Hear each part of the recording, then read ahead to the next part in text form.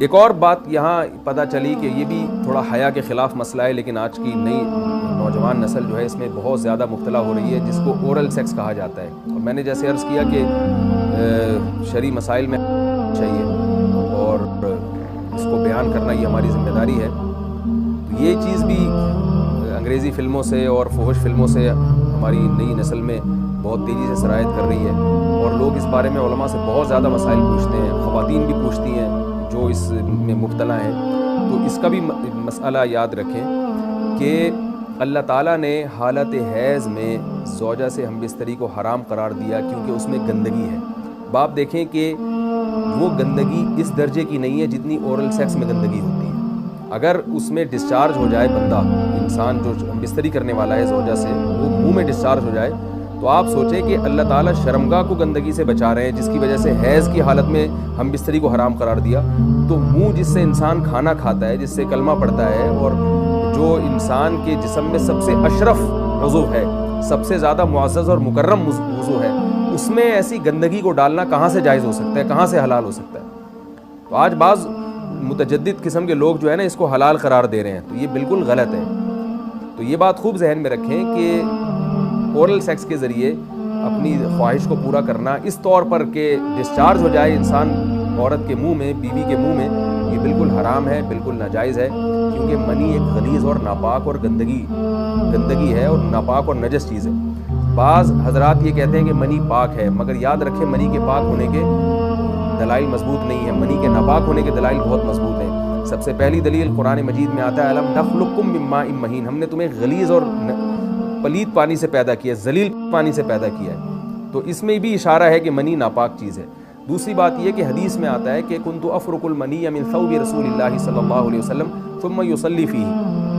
حضرت عائشہ رضی اللہ تعالیٰ عنہ فرماتی ہیں کہ رسول اللہ صلی اللہ علیہ وسلم کے کپڑوں پر اگر منی لگی ہوتی تھی، صحیح بخاری کی حدیث ہے، میں اس کو کھرچ کے صاف کرتی تھی، پھر آپ صلی اللہ علیہ وسلم اس میں نماز پڑھا کرتے تھے۔ اب بعض حضرات نے یہاں سے استدلال کیا ہے کہ منی اگر ناپاک ہوتی تو حضرت عائشہ اس کو دھوتی، کھرچ کے صاف کرنا اس کی علامت ہے کہ منی پاک ہے، لیکن یہ بات غلط ہے۔ اگر منی پاک ہوتی تو حضرت عائشہ کو کھرچنے کی ضرورت نہیں تھی۔ بات یہ ہے کہ وہ نجاست جس کا ایک باقاعدی جسم ہوتا ہے اور وہ کھرچ کے جسم سے یا کپڑوں سے الگ ہو سکتی ہے،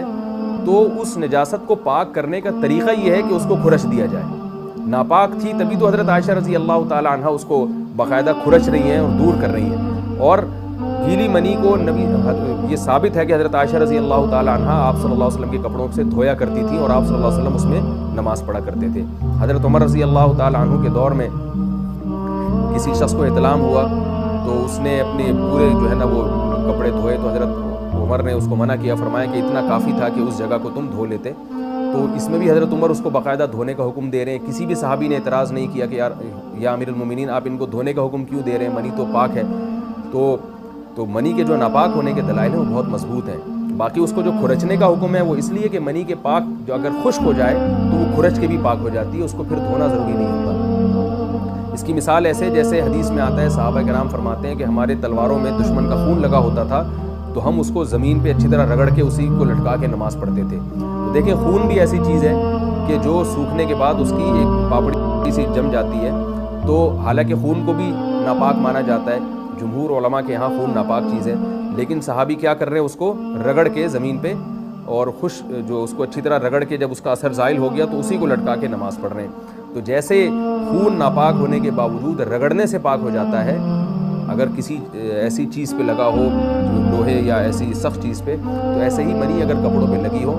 خشک ہو جائے تو اس کو اچھی طرح جب کھرچ دیا جائے تو وہ پاک ہو جاتی ہے۔ لیکن اس سے یہ ثابت نہیں ہوتا کہ منی پہلے سے ہی پاک ہے۔ ایک اور دلیل منی کے ناپاک ہونے کی یہ ہے کہ جو مدی ہے، ٹرانسپیرنٹ پانی جو مرد کے جسم سے نکلتا ہے، وہ اگر جسم سے نکل جائے تو وضو فرض ہو جاتا ہے، اور منی نکل جائے تو غسل فرض ہوتا ہے۔ اب یہ کیسی بات ہے کہ مدی کے نکلنے سے جس